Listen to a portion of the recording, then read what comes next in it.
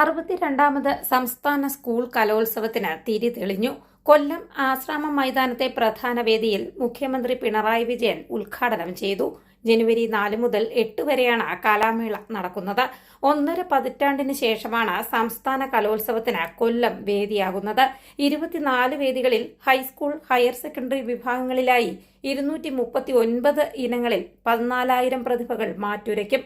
സംസ്ഥാന സ്കൂൾ കലോത്സവം പ്രധാന വേദിയിൽ HS വിഭാഗം പെൺകുട്ടികളുടെ മോഹിനിയാട്ട മത്സരത്തോടെ വേദികൾ ഉണരും. കലോത്സവത്തോടനുബന്ധിച്ച് നഗരത്തിൽ ഗതാഗത ക്രമീകരണങ്ങൾ ഏർപ്പെടുത്തിയിട്ടുണ്ട്. ശങ്കേഴ്സ് ജംഗ്ഷൻ മുതൽ ചിന്നക്കട വരെയുള്ള റോഡിൽ വൺ-വേ ട്രാഫിക് മാത്രമേ അനുവദിക്കൂ. ഈ റോഡിലൂടെ KSRTC ഉൾപ്പെടെയുള്ള വലിയ വാഹനങ്ങൾ അനുവദിക്കില്ല. വേദികൾക്ക് സമീപം പ്രത്യേകം സ്ഥലങ്ങളിലാണ് പാർക്കിംഗ് സൗകര്യം. നഗരത്തിൽ ടൗൺ പെർമിറ്റുള്ള ഓട്ടോറിക്ഷകളെ മാത്രമേ സർവീസ് നടത്താൻ അനുവദിക്കൂ. ഇവയിൽ നിർബന്ധമായും മീറ്റർ പ്രവർത്തിപ്പിക്കണമെന്നും നിർദ്ദേശമുണ്ട്. News desk India today.